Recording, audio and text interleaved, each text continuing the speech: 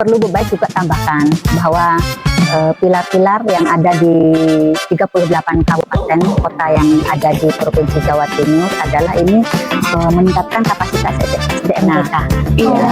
Hai Sapa Kes, selamat datang di podcast UPT PTKS. Senang sekali bisa menyapa kalian semua di episode pertama ini. Semoga kalian semua dalam keadaan baik dan tetap semangat menjalani aktivitas hari ini ya. Sebelumnya, perkenalkan aku Beliana yang akan menemani bincang-bincang kita pada hari ini di episode perdana ini. Di episode kali ini kita akan membahas topik yang sangat menarik sekaligus penting, yaitu seputar peran UPT Peningkatan Tenaga Kesejahteraan Sosial Malang, dan tentunya akan ditemani oleh narasumber spesial kita yang sangat luar biasa, yaitu Ibu Lilik Sri Sumartini AKS, selaku Kepala UPT Peningkatan Tenaga Kesejahteraan Sosial Malang, yang akan berbagi pengalaman dan wawasan langsung dari lapangan. Oke, bagaimana kabarnya hari ini, Bu Baik? Alhamdulillah, sehat walafiat. Alhamdulillah. Nah, kawan Sapa Kes, sebelumnya mungkin kita kurang familiar ya sama apa sih itu UPT PTKS Malang. Apakah itu nama sebuah lembaga atau nama sebuah yayasan? Nah, daripada menebak-nebak, mending kita tanyakan langsung kepada narasumber kita kali ini. Mungkin Ibu Baik bisa dijelaskan secara umum apa sih itu UPT PTKS, terutama UPT PTKS di Malang, dan apa itu pembedanya dengan UPT-UPT lain seperti itu, Ibu?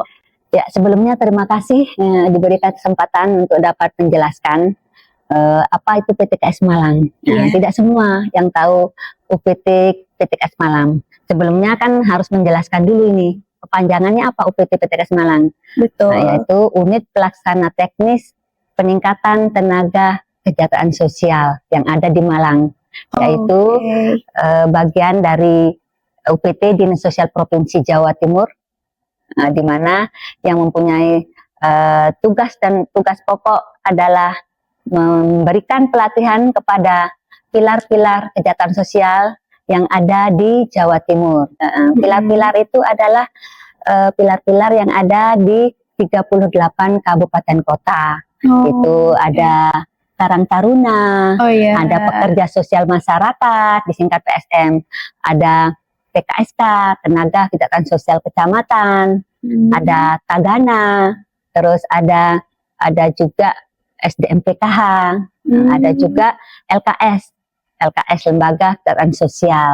Jadi itu adalah sasaran daripada tupoksi daripada UPT PTKS Malang. Jadi secara general itu penjelasannya seperti itu. Jadi UPT PTKS Malang ini adalah salah satu UPT di lingkungan Dinas Sosial Provinsi Jawa Timur yang kebetulan ini sasarannya itu menangani pelatihan untuk masyarakat. Jadi non ASN. Jadi seperti itu, Mbak. Berarti menangani terkait kesejahteraan sosial di Kota Malang. Iya, seperti itu. Seperti itu, penanganan PPKS. Masalah kesehatan sosial yang ada di kabupaten kota. Baik. Pemerluk. Mungkin tadi sudah di spill sedikit, Ibu, ada pilar-pilar sosial yang mengurus tentang kesejahteraan sosial tersebut. Nah, untuk sasarannya atau pesertanya sendiri itu diselenggarakan di mana, Ibu? Apakah di masyarakat yang ada di Kota Malang atau seluruh masyarakat di Jawa Timur atau bagaimana?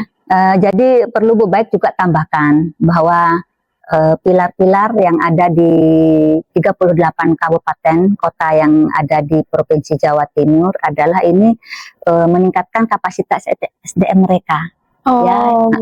Di mana pilar-pilar ini adanya di 38 kabupaten kota yang tadi Bu Baik jelaskan, ada SDM PKH, ada Karang Taruna, ada TKSK, ada PSM, ada LKS, ada Tagana.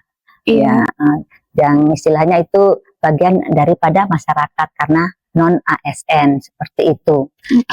Jadi yang kita latih tidak hanya di Malang saja, lokasinya di Malang, di PTKS Malang. Adanya di Malang tempat pelatihan. Tapi yang dilatih adalah 38 kabupaten kota. Kalau pada saat kita menyelenggarakan suatu pelatihan, pelatihan kita itu rata-rata selama 4 hari. Jadi kita akan mengundang peserta itu melalui Dinas Sosial Provinsi Jawa Timur. Setiap pelatihan itu kan pesertanya 40 orang. Kalau misalnya 38 kabupaten kota, kira-kira prioritas ini mana yang memerlukan untuk yang belum atau enggak, sedikit sasaran yang pernah kita undang untuk menjadi peserta di sini. Itulah yang kita undang ke sini. Paling tidak antara 4-5 orang peserta dari masing-masing kabupaten kota. Seperti itu. Sehingga jumlahnya 40 orang. Di samping itu juga PTKS Malang ini sudah 3 tahun terakhir ini kita bekerja sama, perjanjian kerjasama dengan kabupaten kota. Kita ajak bekerja sama untuk melakukan pelatihan yang memang untuk peningkatan kapasitas SDM sinergitas. Nah, itu kerjasamanya untuk kurikulum modulnya kebetulan sudah disiapkan dan sudah dibuat dari Kementerian Sosial bekerjasama dengan Widyaswara yang ada di PTKS Malang. Jadi seperti itu, Mbak. Jadi karena ruang lingkupnya memang karena provinsi, kan provinsi itu Jawa Timur ini terdiri dari 38 kabupaten kota, sehingga kita harus bagi nih dari 38 kabupaten kota ini, ya prioritas mana kira-kira untuk pelatihan ini, tergantung dari apa yang mau kita angkat untuk judul pelatihannya. Oke, terima kasih Bu. Nah, itu tadi kan Ibu mengatakan bahwa ada 38 kabupaten dan kota. Nah, bagaimana cara UPT PTKS ini menyesuaikan programnya dengan kebutuhan masyarakat di 38 kabupaten dan kota tersebut, Ibu? Jadi rata-rata kabupaten kota ini sebelum kita melaksanakan kegiatan pelatihan di awal tahun kita mengadakan sosialisasi dulu tentunya. Sosialisasi dulu. Kita menggali kebutuhan apa saja yang kira-kira diperlukan kabupaten kota, pelatihan apa saja. Karena tidak semua kabupaten kota kalau kita arahnya ke PPKS, penanganan pemerlu kejahteraan sosial, disingkat PPKS itu, semua kabupaten kota itu mempunyai permasalahan sosial yang berbeda-beda. Sebagai contoh, misalnya untuk kota Kediri itu, nah siapa yang tahu bahwa kalau di kota Kediri itu ternyata banyak ODGJ, orang yang dengan gangguan jiwa, seperti itu. Yang tahu kan masyarakat sana, yang tahu dinas sosial sana setempat, sehingga mereka akan pada saat kita melakukan sosialisasi atau monitoring disampaikan di sana bahwa Bu, kita di kota Kediri ini memerlukan BIMTEK, pelatihan untuk penanganan ODGJ. Pasti, loh kok perlu untuk ODGJ? Ternyata di sana memang banyak orang dengan gangguan jiwa di kota Kediri. Nah, sehingga kita melakukan kerjasama. Nah, kerjasama ini memang sama-sama saling menguntungkan karena ada sharing budget dengan dengan program pemerintah yang dengan adanya efisiensi, sehingga itu sangat membantu kami di dalam menganggarkan. Kalau efisiensinya adalah kita sharing budget. Pada saat peserta kita undang ke sini untuk mengikuti pelatihan itu full 40 peserta itu kita undang dari kota Kediri. Karena apa ya itu? Karena kita terikat di perjanjian kerjasama itu. Jadi kami tidak mengambil lagi dari kabupaten kota lain. Misalnya seperti tadi, ada 4, 5, sehingga jumlahnya 40. Tapi kalau kita mengadakan kerjasama, sudah. Kita sudah melakukan perjanjian bahwa pesertanya itu seluruhnya itu 40 orang dari kota Kediri. Dari Kabupaten Kediri, dari kota Pasuruan, dari Kabupaten Pasuruan, dari Kabupaten Bojonegoro, dari Kabupaten Trenggalek, dari kota Probolinggo, dan banyak lagi kabupaten kota lainnya yang kita sudah lakukan kerjasama. Dari 38 tadi ya? Iya, betul. Jadi penanganannya berbeda-beda. Sebagai contoh aja tadi kalau di kota Kediri itu orang dengan gangguan jiwa. ODGJ, seperti itu, gitu Mbak. Oke, Bu. Berarti ada dampak yang sangat besar yang dirasakan oleh sasaran ataupun peserta yang mengikuti program tersebut ya, Ibu? Pasti sangat berdampak. Karena apa? Kita mau turun di lapangan tanpa dibekali ilmu, sulit untuk bisa melalui tahapan-tahapan. Sehingga mereka itu akan menanganinya permasalahan yang ada di lapangan itu ya sebisanya, seadanya. Karena kan biasanya ini permasalahannya harus dirujuk ke sini, kita bawa ke sini, seperti itu. Tapi kalau melalui mereka dilatih di sini, tahap-tahapannya itu dari awal diikuti. Mulai dari rujukan, lapor ke dinas sosial setempat, udah gitu penyandang masalahnya itu terus dibuatkan laporan sosial oleh pekerja sosialnya, ya seperti itu. Sehingga baru bisa dirujuk UPT kemana ini kira-kira penyandang masalah ini bisa untuk dimasukkan dirujuk. Di situ misalnya yang ODGJ, yang lansia, yang disabilitas, terus yang cacat netra seperti itu. Jadi sangat penting teman-teman pilar itu untuk dibekali ilmu. Jadi orang turun ke lapangan tanpa ilmu biasanya ya akhirnya ya seadanya. Karena tidak dibekali ilmu, tidak ikut pelatihan. Apalagi yang arahnya ke peningkatan kompetensi SDM. Itu memang sangat-sangat diperlukan. Kalau tidak begitu, kenapa kabupaten kota tidak, hampir semua kabupaten kota itu ingin dilatih di PTKS? Berarti kan membutuhkan. Iya, betul itu, sekali. seperti itu. Karena untuk di kabupaten kota sendiri memang tidak tersedia untuk sarana yang memang dilengkapi seperti yang di PTKS Malang ini. Kalaupun dilaksanakan di Dinas Sosial Kabupaten Kota tempat itu paling ya di aula sehari setengah hari aja yang dilakukan. Kalau kami di sini kan 4 hari, sehingga ilmu yang didapatkan itu lebih lengkap, memang lebih sesuai dengan yang dibutuhkan. Iya, baik. Jadi lebih kompleks ya Ibu ya. Oke. Mungkin penjelasannya tadi sudah cukup detail ya Ibu. Untuk terakhir mungkin Ibu, sebagai penutup, apa sih harapan Ibu sebagai Kepala UPT PTKS Malang ini untuk UPT PTKS Malang ke depannya dalam bidang kesejahteraan sosial ini Ibu?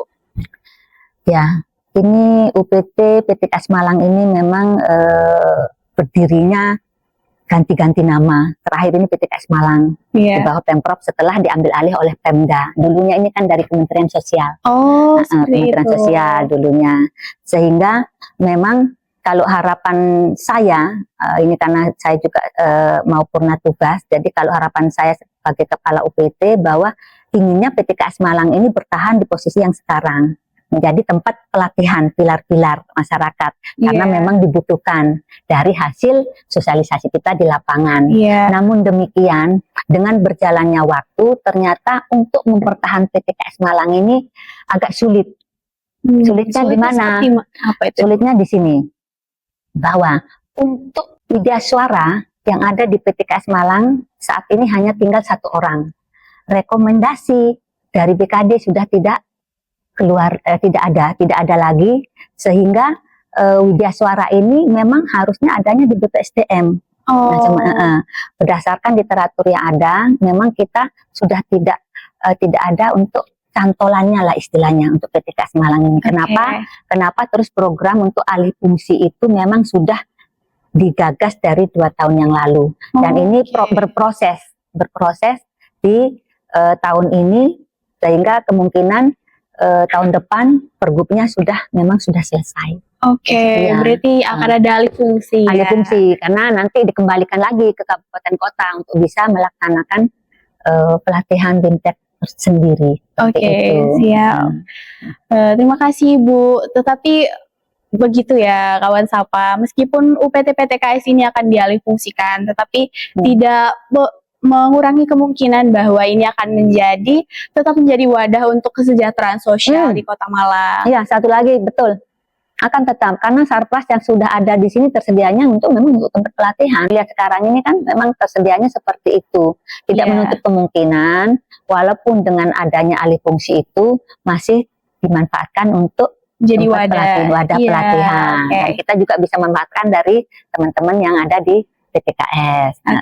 Kalau alih fungsi nanti otomatis kan namanya berbeda, nanti bukan PTKS Malang lagi, tapi untuk tempat lokasi Sarpras yang ada tersedia saat ini sudah istilahnya sudah tersetel lah istilahnya untuk latihan karena Sarprasnya sudah ada, bisa dimanfaatkan lah seperti itu. Siap, terima kasih Bu. Nah, kawan Sapa, tidak terasa ya obrolan kita di episode pertama ini sudah sampai di penghujung acara. Banyak sekali insight dan wawasan baru yang kita dapatkan dari Ibu Bai sendiri, khususnya mengenai peran penting UPT PTKS Malang ini dalam meningkatkan kualitas tenaga kesejahteraan sosial di masyarakat. Nah, semoga apa yang kita dapatkan hari ini bisa bermanfaat dan memberikan gambaran yang lebih jelas, sekaligus menambah pemahaman kita terkait kesejahteraan sosial di Kota Malang. Nah, kami mengucapkan terima kasih sebesar-besarnya kepada Ibu Bai karena telah memberikan wawasan terkait UPT PTKS Malang ini. Nah, sekarang kita sudah tidak asing lagi ya dengan kata UPT PTKS ini. Sekarang kita sudah cukup familiar. Nah, tentunya terima kasih juga kepada kawan Sapakes yang sudah setia mendengarkan dari awal sampai akhir. Semoga podcast ini bisa menjadi ruang belajar sekaligus inspirasi bagi kita semua. Akhir kata, saya selaku host pamit undur diri. Sampai jumpa di podcast UPT PTKS episode selanjutnya dengan topik yang tidak kalah menarik. Wassalamualaikum warahmatullahi wabarakatuh dan sampai jumpa.